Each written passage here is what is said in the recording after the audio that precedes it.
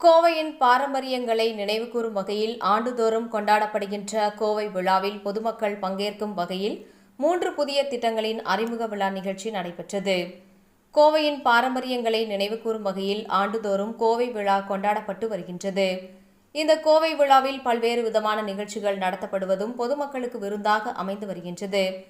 இந்த ஆண்டு கோவை விழாவானது நவம்பர் 23ஆம் தேதி முதல் டிசம்பர் 1ஆம் தேதி வரை நடத்த திட்டமிடப்பட்டுள்ளதாக விழா ஒருங்கிணைப்பாளர்கள் தெரிவித்தனர்.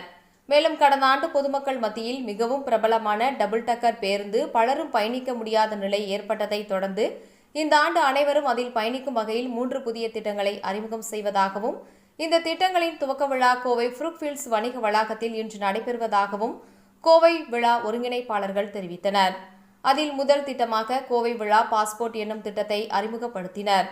இதில் பங்கேற்கும் அனைவரும் மதிப்புமிக்க முக்கிய விருந்தினர் என்ற பெருமையை பெறுவதுடன் கோவை விழாவின் அரங்கில் உணவுகளை இலவசமாக பெற தகுதி பெறுவதாகவும், டபுள் டக்கர் பேருந்தில் தங்களது பயணத்தை எளிதில் தொடரலாம் என்றனர்.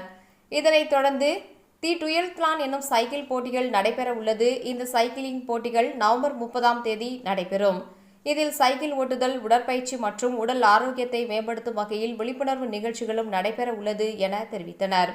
இதனைத் தொடர்ந்து 3வது திட்டமாக கோவை விழா விருதுகள் என்ற நிகழ்ச்சி டிசம்பர் 1ஆம் தேதி நடைபெற உள்ளது. இதில் கோவையில் பல்வேறு துறைகளில் பல்வேறு சாதனைகளை நிகழ்த்திய தனி நபர்கள் மற்றும் நிறுவனங்கள் அவை செய்த சாதனைகளை பட்டியலிட்டு அதற்கு தகுதியான நபர்களுக்கு இந்த விருதுகள் வழங்கப்பட உள்ளது என்று கோவை விழா நிகழ்ச்சி ஏற்பாட்டாளர்கள் தெரிவித்தனர் என்பது குறிப்பிடத்தக்கது.